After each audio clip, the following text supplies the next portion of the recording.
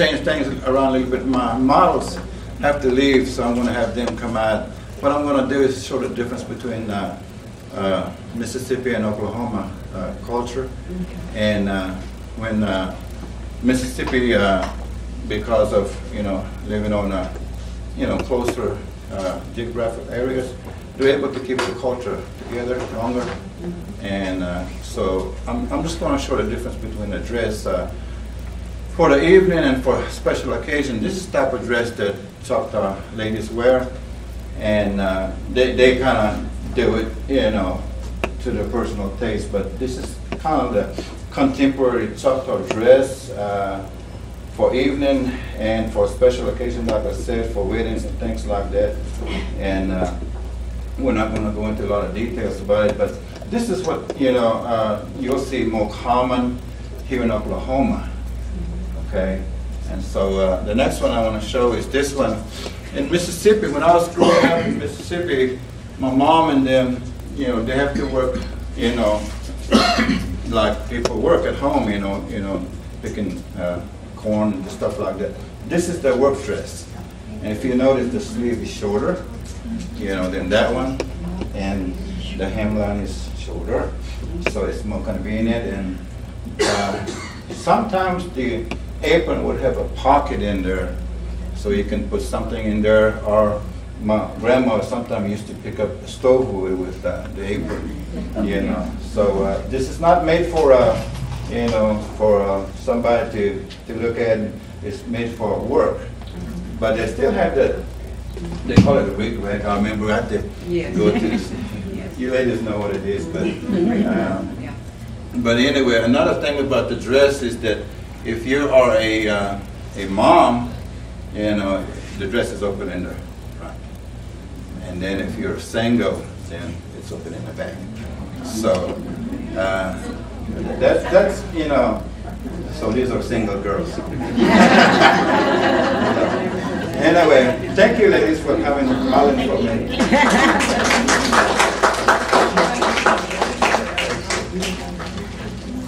Yeah, they had to go and get ready for reception tonight, so I had to use them earlier. But I am, my name is Olin Williams. I'm from Durant, Oklahoma. I work for the Choctaw Nation of Oklahoma. But I'm a registered member of the Mississippi Band of Choctaw Indians. I was born and raised on the reservation in Mississippi. I grew up with the culture there. And then when I was old enough, I went to school, a boarding school in Lawrence, Kansas. And my wife, she's Oklahoma Choctaw. She's full blood, and I'm full blood. And we met up there. And when I finished, I went back to Mississippi. And my wife, she went back to where her home is in, southern Oklahoma. But then she decided to come after me. So she came and she got me and dragged me all the way from Mississippi to Oklahoma. So I cried all the way. So I tell people, I had my own trail of tears.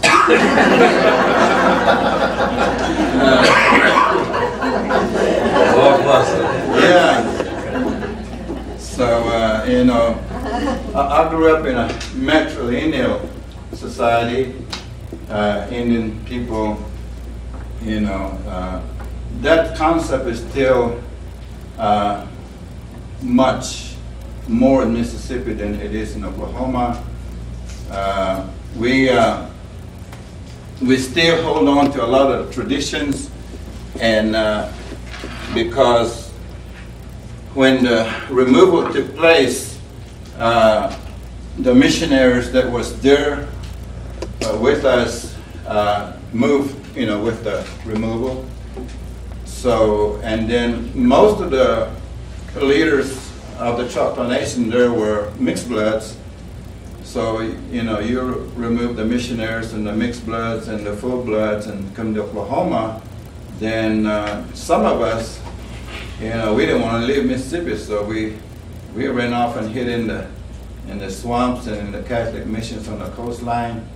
So we stayed back there, and when the removal took place and they came to Oklahoma, and they got registered with the Oklahoma, and in 1877, Dawes Act was passed, and so they were the official Choctaw Nation of Oklahoma, and then some of them decided to go back to Mississippi, so they called them Mississippi Choctaws, and those that came here and stayed here, they were called Choctaw Nation.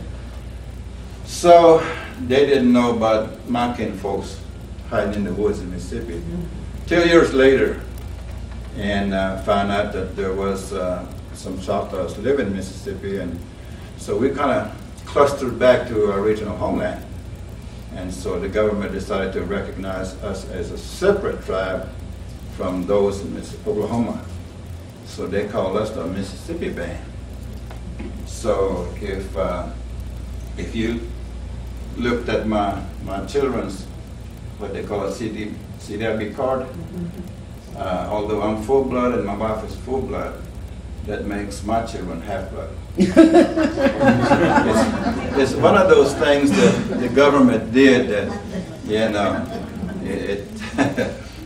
so my children have to register with either the Oklahoma or the Mississippi, so my children chose to register with the Mississippi. So that's the way it is, and so because of that, we were able to maintain our culture, because the Oklahoma Choctaws, with the missionary, and they came here and started building churches and schools, and we were still back there trying to make a living, trying to work, and we were not, recognized. So we were there, and they were up here progressing, and so, but we were able to maintain our culture. We stuck together, and that's why, you will see a lot of difference between Mississippi and Oklahoma Choctaws as far as culture goes.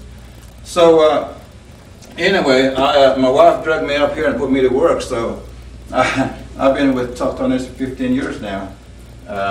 So I've lived in both sides, and I can see the difference.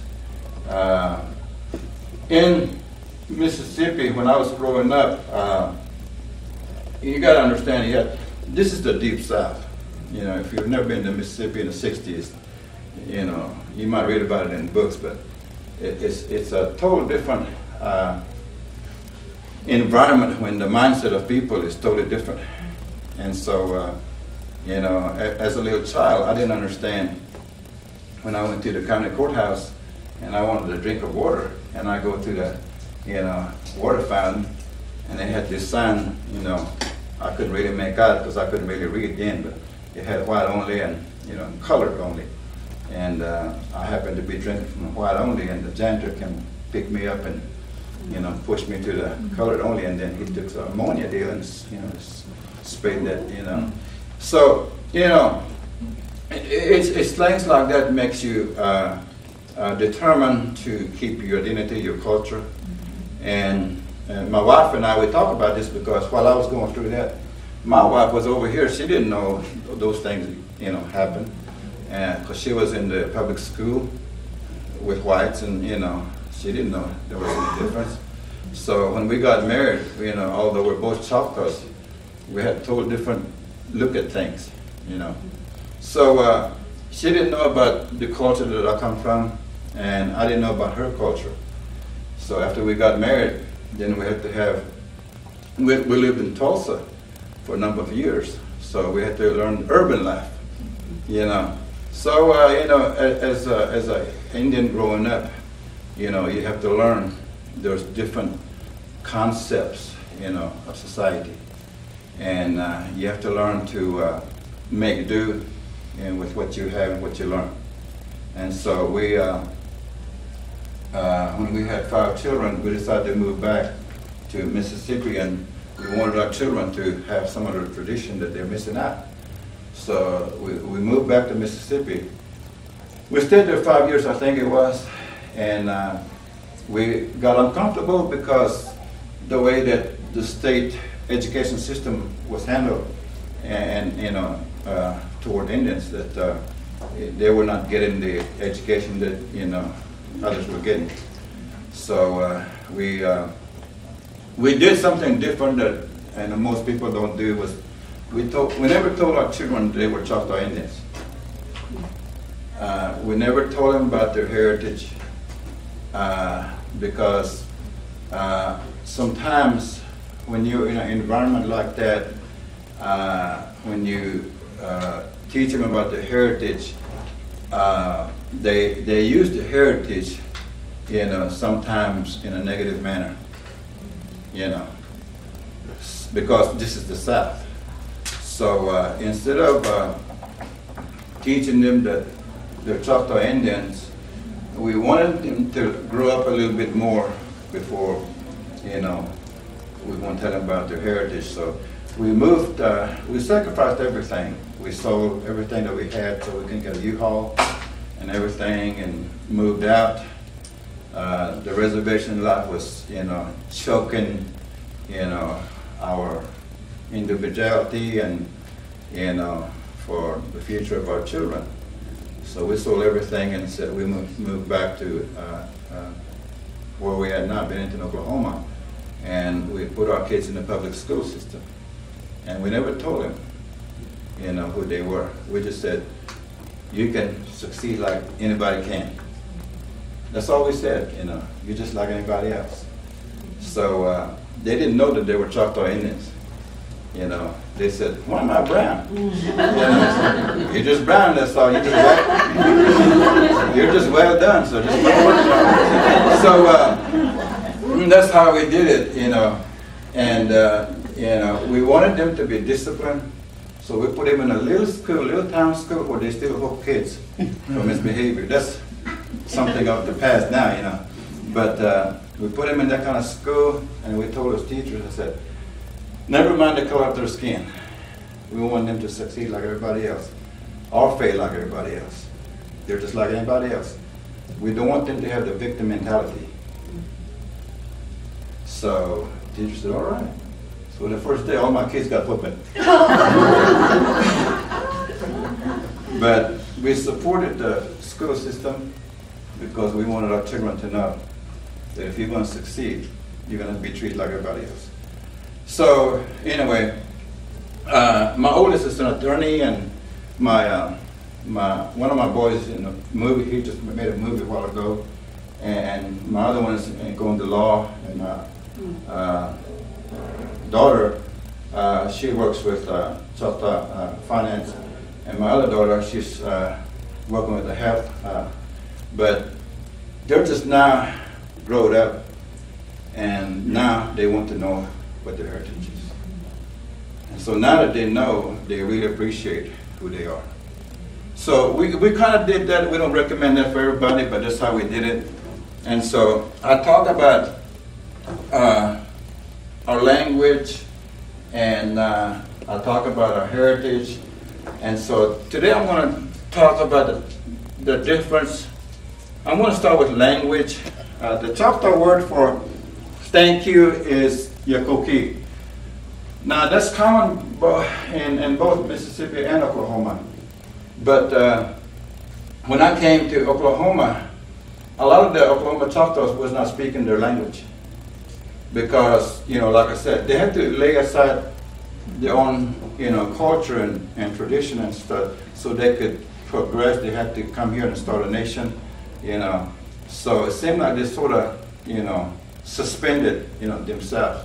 So when I came here, they knew some words like Yakoki, but they didn't know the origin, of the word. So I'm going to try to explain that so that you can understand.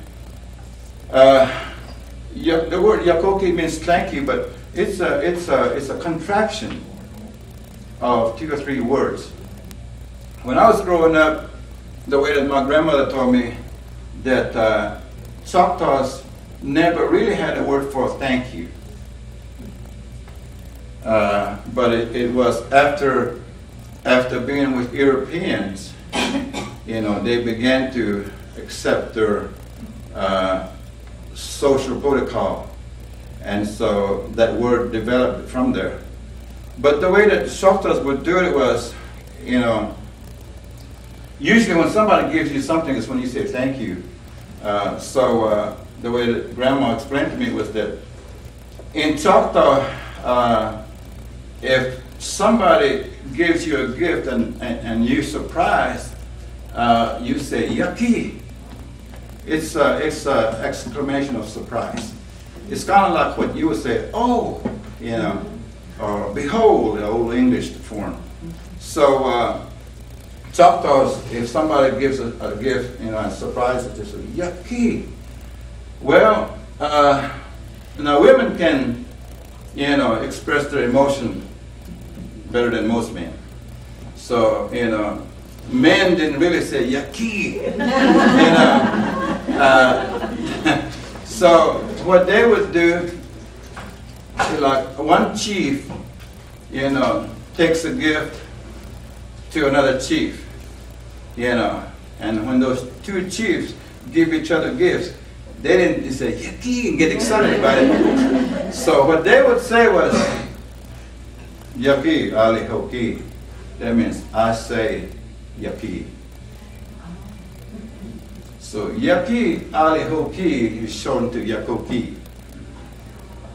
And so if when you begin to understand the origin of a word, you begin to appreciate, you begin to understand, you know, why, you know, it was such, but, you know, things change, so even words change.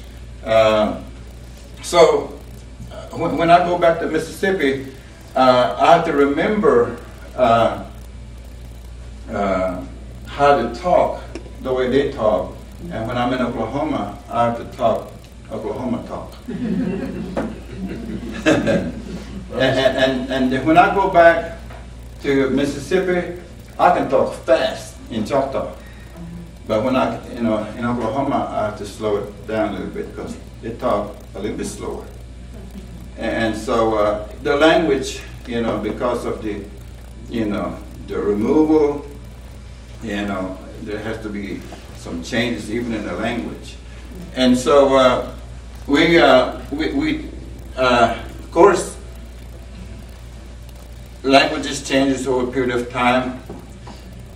And then another thing that I want to talk about is the greeting. When I was growing up in Mississippi, that there was no direct way of greeting. In other words, if you meet somebody, you go up there and shake hands, you know, say, hello, how are you doing? You know. Well, in Choctaw culture, we didn't do it that way. Even now, when I go back home, in my family, we don't do a lot of hugging and a lot of handshaking because we still carried on some of the old culture. And what we did was like, if I don't see you for 2 years, and when you come back to see me, we make that acknowledgement that, you know, I'm happy to see you, but we don't run and hug and, you know, carry on, you know. and then when we approach each other, we don't look right in the eye, because in our culture, you know, there was disrespect to look at somebody that you hold highly. And so, you know, we had a hard time in school because of that, because the Indian children, you know, carried that culture. So when they went to class and their teacher's white, you know, the Indian student would look up at the teacher, and the teacher gets offended. You know, said, look at me, you know. Yeah. And so the student gets threatened. So, you know, I noticed that when I moved to Oklahoma, you know, the Oklahoma Choctaws, they've been, you know, assimilated into European culture longer than we have. So they say, hello, how you doing? You know, and I almost backed up because, you know, I thought, what are you trying to do to me? You're trying to touch me. You're trying to, I got this little territory. You're trying to, come in. So, culture, if you don't understand yours and you don't understand the other one, you're going to cut off communication. And so, even I thought I knew all my culture, but there are some cultural traits that I think the elders held on that I didn't even understand, because like I said, I married an Oklahoma Choctaw. And so when I got married, I moved to Oklahoma. And it was like 25 years later, somebody finally told me that I had been labeled a traitor. Now, I didn't know that, and no one told me.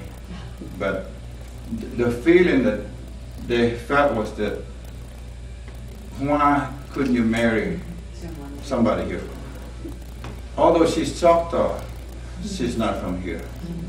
So, so I had to cross even cultural barriers, even with my tribe. So it's important that I try to know where I'm at, so I could communicate. So that's one of the things that we do. We don't have handshakes. My wife still can't understand. She understands in her mind, but she can't, because she was raised in Oklahoma. So we go to Mississippi, and we stay with my sister. And she asked me to come in, and we go in the house, and she doesn't say, come in, how you doing, hug me, and said, have a seat and things like that. She don't do that. She assumes that we're going to pick up where we left off 2 years ago. And it's amazing, though, your mind still remember what topic that we left. Yes, it is. I don't know how that is. But, she just starts talking. And in her talk, I began to hear the Spirit says, please sit down, make yourself at home. She doesn't say it orally, but when she starts talking, I could sense that. And so that's what I do. And so I go sit down, and my wife is still standing. She's still waiting to be asked to sit down. So I said, I think my sister wants you to sit down. So she'll sit down. So she still, although she knows that's what's going on, she still finds it, or she's still not adaptable to that yet. So it's pretty important about, this communication, this gap that we have. All right? And so we, after removal, we lived in the swamp. We hid in the Catholic mission around the coastline, and the Choctaws were up here learning, constructing a new nation. And so it wasn't until 1945 that we were really recognized as an Indian tribe. Now, because of the allotment, the Choctaws here in Oklahoma were given, 160 acres as their land. Now, this is where the difference between owning property, makes a vast difference in how you think. In Mississippi, we had no property. We shared property. We worked for these guys, planting cotton, picking cotton, and we shared the property. And we rented the house. We had no land. But in Oklahoma, they had their land that was theirs. So when the government recognized us as a tribe, they went and bought land and held it in trust for us to live on. So we live on some Indian land, reservation land, but it's not ours. So the concept of using something, sometimes it's hard for Mississippi Choctaws to understand. to own something. It's foreign.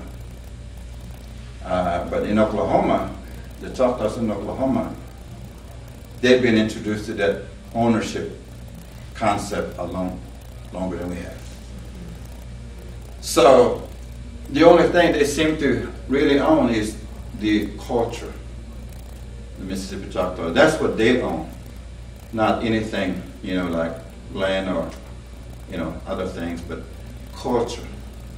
So we held on to the language, the stickball. I'm going to talk about that, the stickball, and other things that we grew up with. So we kept that, and but now we're sharing. When I first started working for the Choctaw Nation, Oklahoma, I noticed that the three tribes, the Jena Band, the Mississippi, and Oklahoma, although they're the same people, same Choctaw people, with the same cultural background, they were sort of timid to reach out, and make connection. So we decided to use something like a stickball, as a tool, as a safe tool to reach each other. And we've been doing that 10 years or so now, and it's beginning to pick up where, last year we had a tournament at Labor Day festivities, and we had some Mississippi players come up, and then our team, went to Louisiana and played. So we're making connections, and so, but one of the things that I want to talk about the stickball is, this is your typical old style sticks, and when the Choctaws in Mississippi, when they played stickball, they played they said it to settle disputes, but a lot of times they played with just recreation, and sometimes they actually played to settle something like a dispute or hunting land or something. But I noticed that when Oklahoma started playing stickball again, they didn't know some of the stories about the stickball sticks, and if I have time, I'll tell you a little bit about what my grandmother had told me. If you notice that these are two different size sticks. Now, like I said, Oklahoma, because they're the missionaries and their leaders were mixed blood, so they're able to go into education, formal education. But back there, in Mississippi, where we're just still, roaming around, we had to use something because we had no schools, we had no churches. So what do you do to teach your young people about, honor and, virtue and the good qualities of a human being? Well, they had to resort to each, because it's a matrilineal society. It was very strong back then.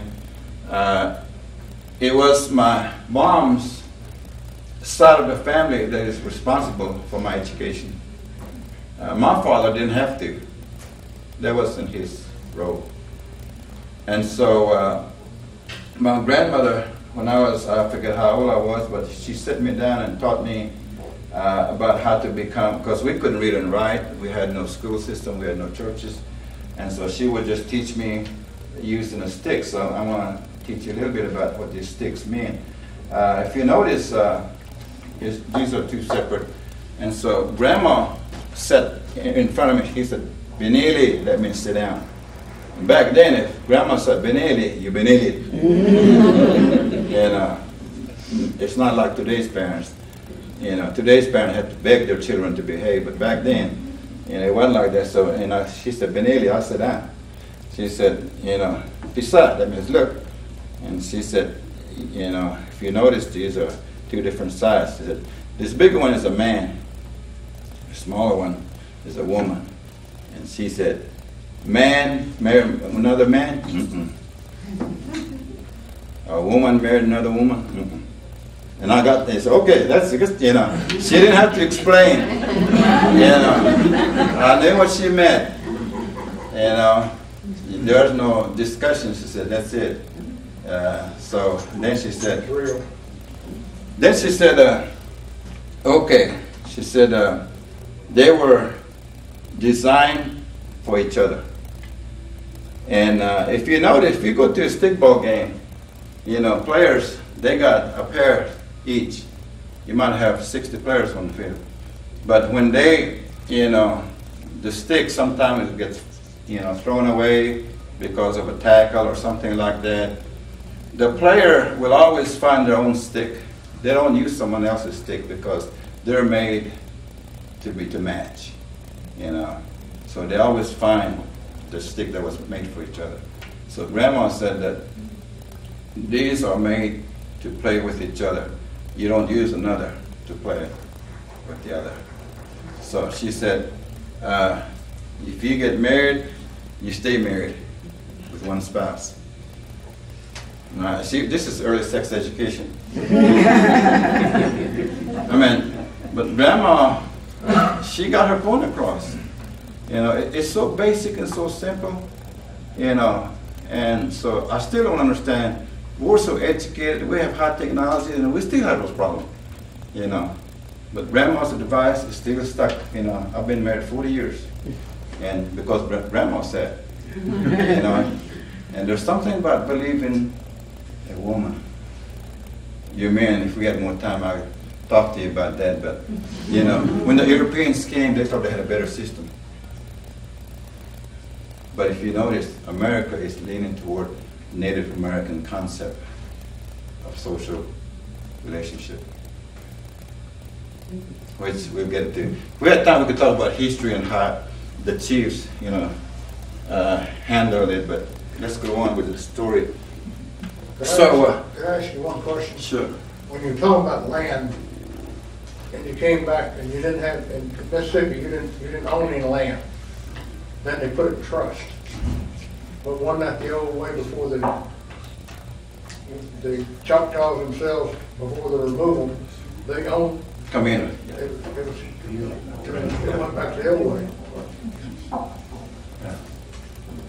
So she said that the stick is made for a reason, like, you know, its angle, you know. She said there's a reason why it's angled, because when the ball is, when the player is going to throw the ball, you know, it's got, well, Grandma wasn't educated. She just had common sense. But, you know, we like that sometimes. But she said that, you know, that curve, when you throw it, that's what pushes it. It's not a baseball player. It's the snap of the wrist that, you know. So scientifically, you know, she was trying to explain that that's what that does. And so she said that she was talking about the importance of a matrilineal system. So what she was getting to was that in a ball game, of course, stickball game has evolved, so the cup has changed somewhat. But in the old days, Grandma said that when a player catches the ball, it's the male that, you know, because it's a bigger cup, it catches the ball, and it's the female that cups it and holds it in place. But when he's going to throw it, it goes back like that, and it's the female that throws it. So Grandma stressed the fact that you might become a good hunter, you might bring the deer, you might build a house, you might do the hard physical things, but when it comes to, you know, handling human intelligence, human behavior, let the woman do it, because she can throw it better. Because that's her place. And because in a throwing of stickball, if the male throws it, because it's so loose, he cannot guide it. He cannot. It's not a golfer. How many golfers in here? Okay. You have to hit that ball at a certain angle to go to where you want it to go. So if the male throws it, he doesn't have much control on it, because that's not his purpose. The purpose is to catch it. And so the female, because the ball fits the cup pretty tight, she can got that throw. So she said that let the woman guide. Now I wasn't introduced to him European concept yet, so I said, okay, I understand. So basically what she said was, if you want to be happy, make the woman happy. Now check it out. That's America. We men don't want to say that, yeah, but that's true. If the woman of the house is happy, the whole house is happy. When she's unhappy, everybody's unhappy. So you see that happening in America today. And when a man builds a house, boy, he builds it the way he wants it because it'll be strong and everything. But when he gets done, he steps aside and says, honey, I built that house for you. You do the interior decorating. So that's what Grandma was really saying, is that when you get married, do what she wants. And then, because it's her baby, she'll got the baby right. And so that's what we did when she said, we lived in Mississippi for a while, and she's the first one that said, you know, we brought our kids to the reservation to get their heritage. But you know, it's getting a negative tone. We're taking a big risk. So what do you mean? So if they go to a BIA school, they're getting not quality education. And then when they learn tradition, they're getting a militant attitude. And I thought about it, and I looked and said, you know, you're right. So we made the decision. Let's take him back to Oklahoma and put him in mainstream. And that's what we did. So a lot of time, and then when I started going to church, now the Protestant Christian said, man is the head of the house. I said, wait a minute. Grandma said.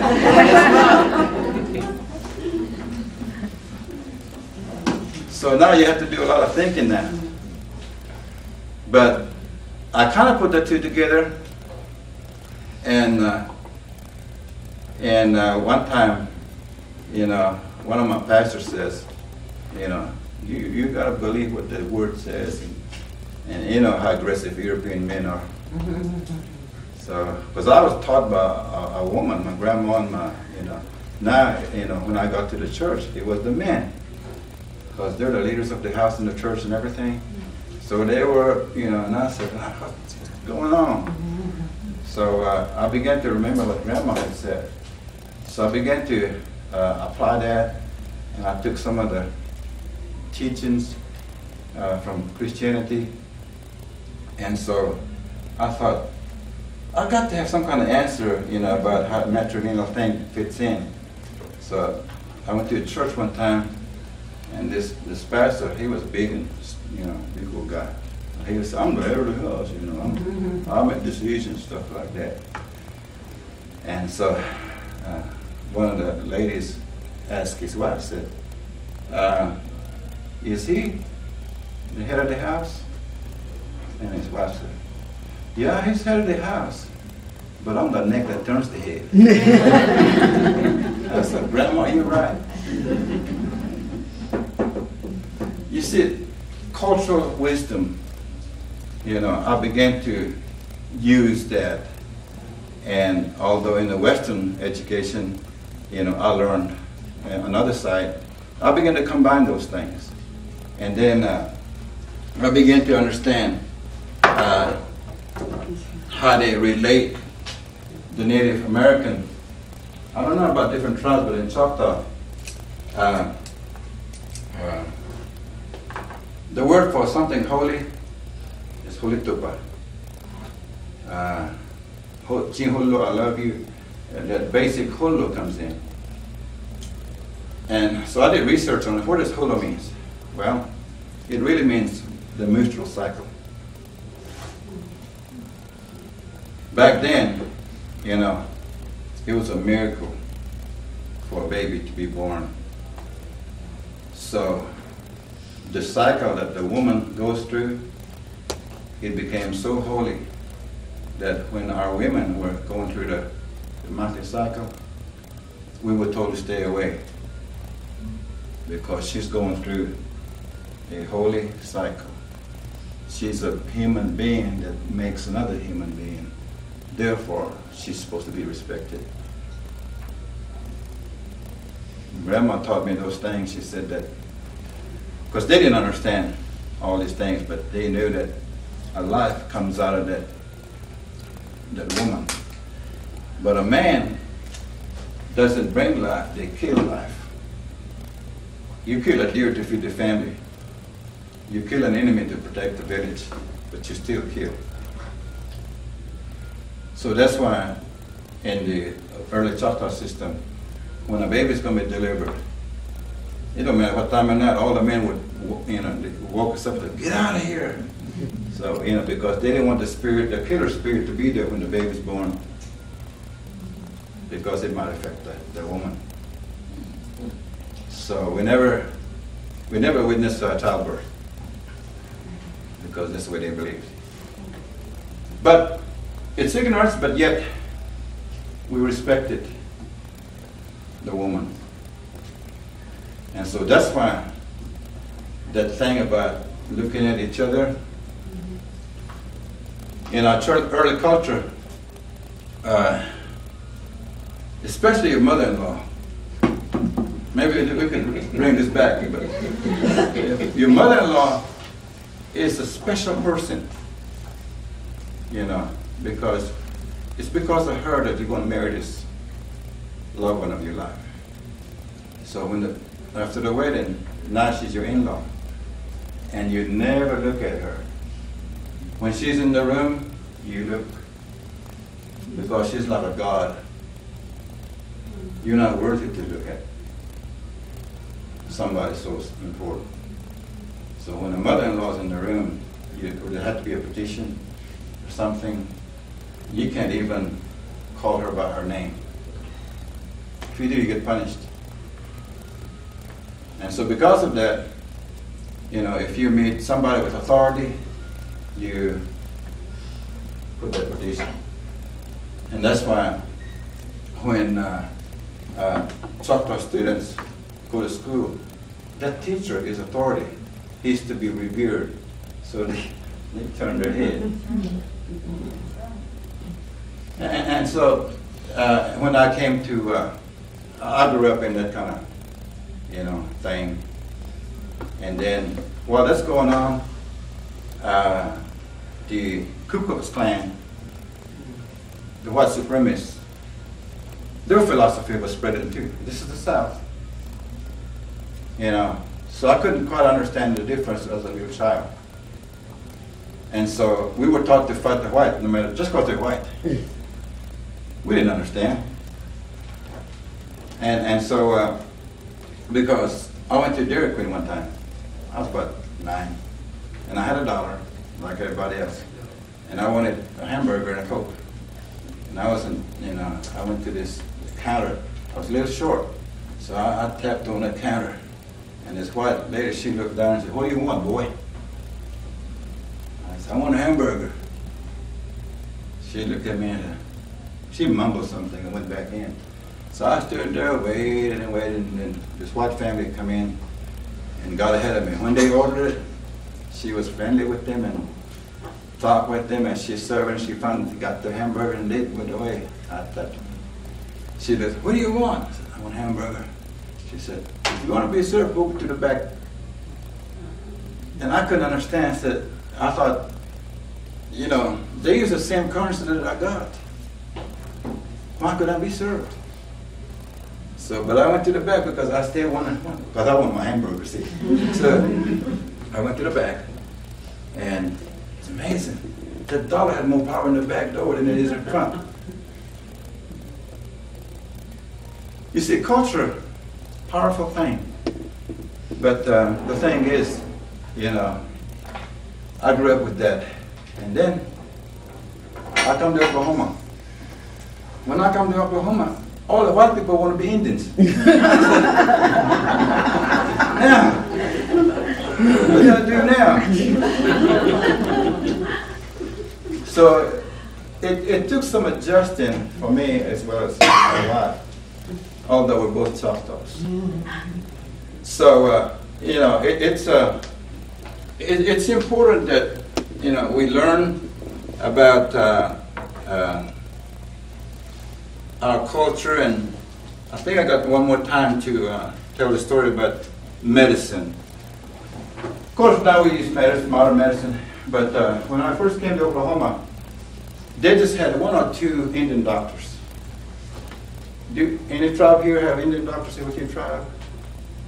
It's sort of kind of getting obsolete now, but some of them went underground because of health department. But in Mississippi, we had a lot of Indian doctors. They used herbs and stuff like that. And I'm going to tell this one story. I think we have time. We had regular clinics and VAs and public hospitals and everything, but we had some herbalists, you know. So my uncle, he was a diabetic, and he was a veteran. So he got a cut on top of his toe. Well, it was mid-July. In Mississippi, that's hot. And we lived in a house with no air conditioning. And you know, the sore couldn't get healed. So, you know, he went to the Indian hospital, and they said, you know, all we can do is take care of it, and you're diabetic, so, you know, we just have to wait. And he went to VA, but all the time the sore was getting bigger and more redder, and, you know, it's spreading. And I got to where it started, you know, I remember looking at his ankle up to his knee. It's all purple looking, you know. And that's the natural process for, you know, diabetes patient. And so he was hurting. My mom was taking care of him. But he was hurting at night. He's grown. He's a grown man. He's a you know, ex I forget, Marine or something. But you know, he's crying at night because it's hurting so bad. And you know, when he went to the restroom, I had to help him because he had to have help. Well, tears were coming down his, you know. But he was saying that, you know, I'd rather die than have my leg cut off. That's what he was saying. So we watched it and went to VA. All the hospital, all the doctors said, no hope. You have to have it cut off. And we tried to tell him, said, you know, you gotta have it cut off. He said, no, I'd rather die than have it cut off. So he didn't want to go. But one morning, he started to stink because, you know, it's dead, it's, you know. And my mom went to the washroom. She come out screaming. She said, there's still worms in there. And she come running. So women look at it, and those maggots, you know, just moving in there. We wouldn't have to force him to go. So we got him, but she said, no, said, there's this doctor that I want to go see. He's an Indian doctor. And if he doesn't help me, then I'll go get it cut off. So we got in the car, and it was Sunday morning. We drove 4 hours, I remember, into this island, just way out in the boonies. And we got this little shack. And Indian doctors are weird. They act weird, and so he was sitting on the porch. We pulled up, you know, parked the car, you know, next to the porch. And he just laughing, pointing his finger, and just laughed at us, you know. And we kind of felt offended that here our uncle is, you know, hurting, and he's just acting weird, you know. So we got out, and my uncle was still in the car, and he looked over there and said, "It's your right toe, isn't it?" Now this is before cell phones, you know. So it's your right toe, isn't it? Yeah. So, you left about 8 o'clock this morning. Yeah. And that's the first time we met him, you know. But he knew about us. And so we said, my mom said, how do you know that? And that's when he said, "Kwa no question." It's that little people that Choctaw stories talk about. Okay. They come told me, "Y'all coming." So I got the medicine ready. And he said, those doctors at the hospital, they're trying to heal you from the surface down. I'm going to heal you from the inside up. So all you got to do, it looked like tea, big 4 gallons, I remember. He said, just drink this. Don't drink anything, just drink this. And that was Sunday. He said, you'll be walking by Wednesday or Thursday. And I said, what? You'll be walking. By Sunday, you'll actually be walking without help, but you'll be able to walk Wednesday. Okay, so we went back, and he just drank that all the time, you know. And I noticed that Tuesday night, the color started to come back. And Wednesday, still had the same color, but he could walk on it a little bit. And Thursday morning, my mama, she comes screaming again, said, "Uncle Clay can feel his, his toes." Because she took a little pin and stabbed it. So, she said, but the doctor did say it's going to happen, So by Sunday, he got his natural color back, and he was using a crutch, but on Sunday morning he was able to walk, regular. He got completely healed. Now, I'll tell that story, and because his eyes saw it happen. Now, I can't explain, was it his faith? Was it the right chemical? What was it? No one really knew. And so he went back to the hospitals that told him, you need to have your leg cut off. He said, look at my leg. He says, here. And the first thing they said, where's this doctor? That's the way Western people think. I got to make profit out of this. I got to make money because there's a lot of diabetes. And then people can, see, that's the difference between Western thinking and Native American thinking. But Uncle Clay says, no, I ain't going to tell you. So we took him back home. He was like that for 25 years before he died. So what I'm saying is that maybe we could benefit from cultures. Maybe we could understand. We could understand more things that we close ourselves to. So that's just a little thing about Mississippi and Oklahoma Choctaws. But when I came to Oklahoma, they had a doctor that was pretty famous for working on arthritis. Even the school superintendent, highly educated man, he couldn't get rid of his arthritis. So he asked me, he said, do you know this Indian doctor? I said, yeah, he lives. His name is John Edwards. So he went to see him. 2 weeks later, he cured his arthritis.